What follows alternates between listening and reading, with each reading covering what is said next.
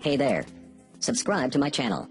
And also press this bell icon, so you never miss any new updates, cause whenever we upload new video you will get a notification on your phone.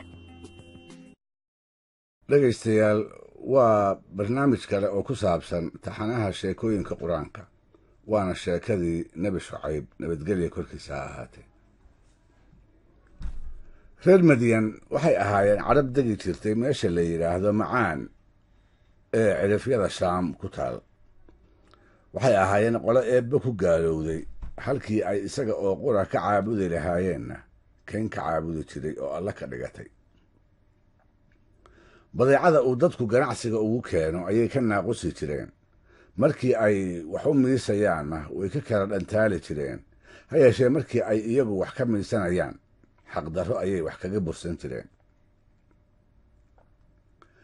eebbe ayaa markaa u soo diray rasuulkiisa shucayb ahaa nabadgelya korkiisa ha ahaatee wuxuu ugu garbeeyey kuna xoojiyey mucjisooyin iyo astaamo cadcad oo wax ku qaadasho leh ilaah keliya inay caabudaan ayuu ugu yeedhay waxa uu faray garsoorka inay dhowraan wuxuuna uga digay gardarrada iyo dulmiga wuxuu xusuusin jiray sida ballaaran ee uu iyaga eebbe ugu barwaaqeeyey iyaga oo laangaab ah inuu isagu laandheero ka dhigay iyaga oo sabool ahna inuu isagu hodan ka dhigay markaas buu cadaabka iyo cadhada eebbe ku cabsigeliyey haddii aysan raacin waddada uu tusaayo ee uu ku hagaayo hase ahaatee warkiisii way ku jeesjeeseen wixii uu u soo jeediyeyna way ku qosleen waxay ku yidhaahdeen waryaa shucaybow salaadaada miyaa ku faraysa inaan caabudno wax ka duwan waxyaabihii aabbayaasheennii hore ay caabudi jireen ma iyada ayaa diidaysa dadka sidii aannu rabno inaan kula dhaqanno oo aannu faraha kala baxno hababkii aannu ku soo barbaaray ee daraaddood xoolaha iyo hantiduba ay noogu bateen sidee baad noogu diraysaa diin aannu u barannay iyo xeerar aannu dhexalnay nin caqli badan oo maskax weyn ayaadba ahayde arrintaas oo kale sidee bay kuugu soo dhici kartaa jawaabahaasi shucayb wax cara ahi ma ay gelin kumana uu niyad jabin si qabow ayuu wax u tusaaleeyey waxna ugu sheegay wuxuu dareensiiyey hilbaha ay wadaagaan iyo qaraabada ay yihiin taasoo dadku ay ku dhaganuglaan og yihiin taladii la siiyana ay ku qaadan og yihiin markuu arkay inay u soo janjeersadeen dhagahana xoogaha u soo raariciyeen oo u soo dabceen ayuu u caddeeyey waddada ay iyagu hayaan inuusan la qaadi karin waxyiga eebbana aanu meel uga dhici karin wuxuu u sheegay xagga rabbi inuu ka haysto daliil cad oo aan u oggolayn inuu farriimihiisa fududaysto amaradiisana uu dhagaha ka furaysto wuxuu si aan mugdi ku jirin ugu qeexay inuu eebbe hanuun ugu waxyooday in xaqa fidintiisa loo soo diray rabbi inuu naxariis ugu deeqay waddo toosan oo iyaga laga dadayna in isaga la qaadsiiyey dacwada loo doortay ee loogu waxyoodayna inuusan faafinteeda weligiisba ka daali doonin wuxuuse u raaciyey inaannu rumaynta dacwadiisa ku qasbaynin wax uu naftiisa raalli uga yahay waxaan ahayna aanu marna fari doonin isaga oo weliba dulqaad iyo garaad badni ay u wada qarsan yihiin intaas waxaa u dheer ma aha nin hagiddooda iyo hanuunintooda wax abaalgud ah kaga doonaya danta qurah ee uu leeyahayna waa intuu awoodi karaayo inuu hagaagooda isku howlo ruux uu xaalkiisu caynkaas yahay ayaa mudan oo ka istaahila inay raacaan taladiisana ay u guuxaan waa ruux dacwada uu sido aan ka lahayn dan gaar u ah iyo qorshe u qarsoon oo uu isagu wax ku fushanayo ha yeeshee inkastoo uu si walba wax ugu sheegay haddana waxa uu dareemay waanadiisa inay ka sii jeedaan warkiisuna aanu gelaynin wuxuu u maleeyey raaciddiisa inay iskala wen yihiin kibir iyo xasadnimo awgoodna ay dacwadiisa ku colaadinayaan sidaa darteed wuxuu uga digey kana reebay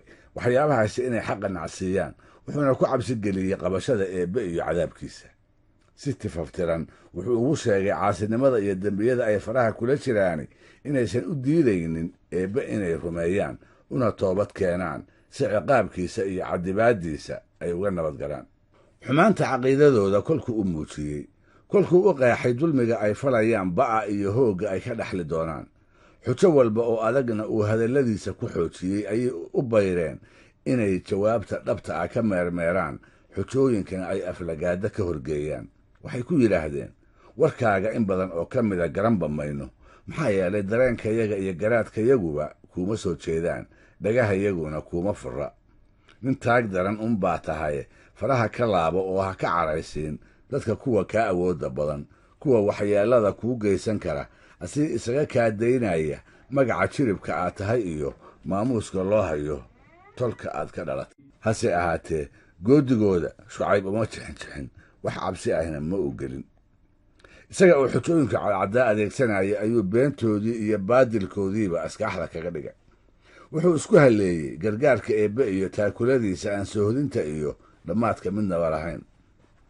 wuxuu u sheegay tolkiisa ay uga baqayaan inaanay ka xoog badnayn rabbigii iyaga laftooda xooggaa ugu deeqay, awoodda ay ku faanayaanna siiyey. wuxuu ku yidhi, bal maydun eebbe dartii igu daysaan intii aydun magaca iyo maamuuska qoladayda igu dayn lahaydeen.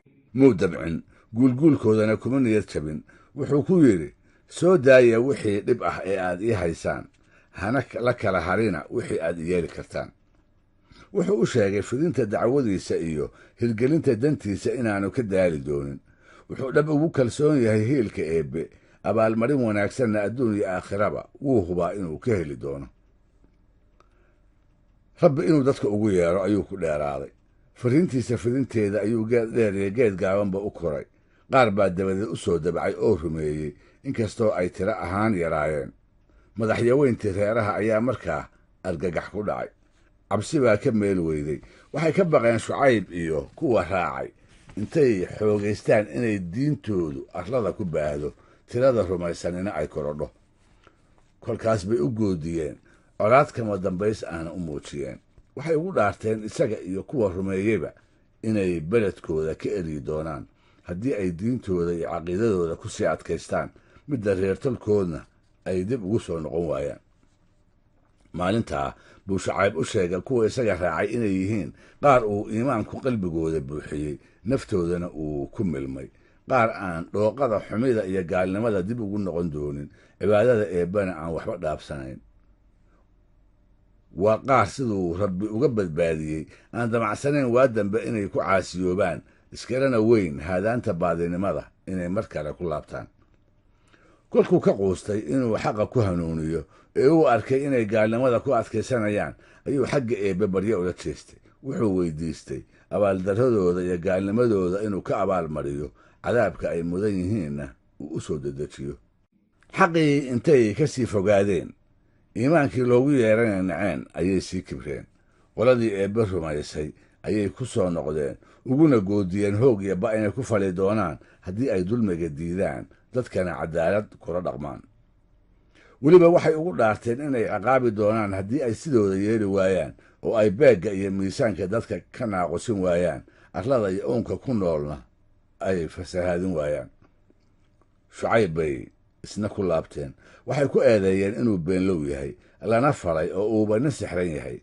markaas bay ku cadhiyeen haddii uu run sheegayo, goosimo cirka ka mid ah dusha inuu kaga soo rido, cadaabna uu ku soo dejiyo. eebbana habaalkii nebigiisa wuu aqbalay, wuxuuna ku taageeray hiilkiisa. wixii beeniyeyna kulayl ba'an ayuu ku ibtileeyey. biyo oo idil baa oonkoodii wax ka tari waayey. hooskii ay harsadaan iyo aqalkii ay ku hirtaanba kulayl unbay ka sii kororsadeen.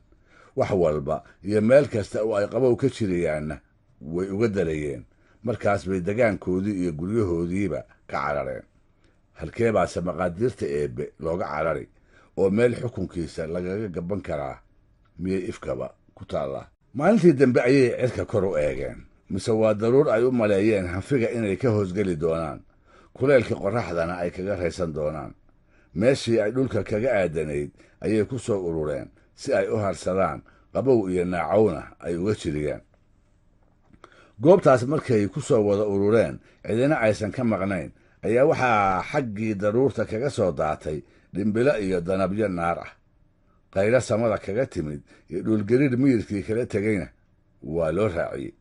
waxaa ku dhacay argagax aan isaga oo kalala maqalana arag. hase ahaatee wixii ku dhacay ee meeshii looga yimi toona iyaga oo aan weli garan ayaa la dhammeeyey. iyaga iyo noloshii ayaa la isweysiiyey. ifkii baa lagu cadibay, aakhirana way u harsan tahay. nebi shucayb nabadgelya korkiisa ha ahaatee ayaa arkay wixii markaa qoladiisa ku dhacay. kolkaas buu isaga oo halaagga qabsaday ka tiinaanyaysan indhaha ka duwe. ha yeeshee wuxuu xusuustay inay iyagu eebbahood ka furteen kuna gaaloobeen, inay taladiisa ku jeesjeesi jireen, kooxdii isaga rumaysay inay yesi jireen, isaga waanadiisii inay dhagaha ka furaysan jireen. taas ayaa tiiraanyadii u haysay ka dabcisay. dabadeedna intuu xagga uga dhaqaaqay ayuu ka daba tuuray hadal dulucdiisu ahayd fariintii eebbe hadduu soo gaarsiiyey oo ay waanadiina ku diideen, inuusan garanayn sabab uu ugu naxo, sabab uu ugu tiiraanyoodo qolo sidooda oo kale gaalo ah. dhegaystayaal, barnaamijkeennii ku saabsanaa sheekooyinka qur-aanka maantana aanu ku soo qaadnay sheekadii nebi shucayb halkaa haynoo joog.